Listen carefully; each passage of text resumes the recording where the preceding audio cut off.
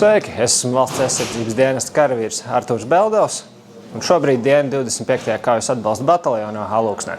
Viens ieteikums tiem, kas nāk dienēt, vismaz pēc manas personīgās pieredzes, man liekas, ka labāk ir pieteikties tieši uz janvāra iesaukumiem, jo tad, manuprāt, tai pamatnē apmācībai vieglāk ir tikt pāri tieši ziemā.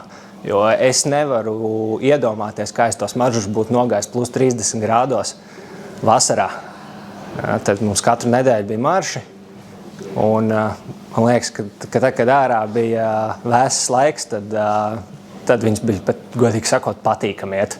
Tas priekšstats īsti par armiju nebija. Protams, tēvs bija savā laikā dienējis arī obligātajā dienestā, bet tie ir pavisam citi laiki, pavisam cita armija. Un es nezināju, ko īsti gaidīt. Līdz ar to atceros, es skatījos visus YouTube video, lasīju visus tos rakstus, kas bija ievietot aizsardzības ministrijas mājaslapā, ir, lai iegūtu priekšstatu. Un tās atsauksmes, ko sniedz tie karavīri, kur dienesti jau bija pabeiguši, vai tajā brīdī pildīja, bija diezgan labas. Līdz to es sapratu, ka varbūt kaut kādām smagām lietām nav nepieciešams uztraukties, ka te nevienu neabižo, bet protams, tāpat bija neziņa, jo, protams, ierodies te, pavisam jauna vide, kazārmas, nepazīstami cilvēki, tev te gandrīz gads jāpavada. Protams, bija tāda neziņa. Es atceros notikums, kas man ļoti spilgti palicis atmiņā, tā bija kolda apmācība. Tā man ir vienkārši atmiņā iekalta līdz kaulam. Tur ir tas brīdis, kad mūs izdzina caur to ledaino ūdeni, to es nekad neaizmirsīšu. Visu 11 mēnešu laikā notikums, kas man visvairāk palicis atmiņā, ir kājas šaušana Ložmetē FNMAG.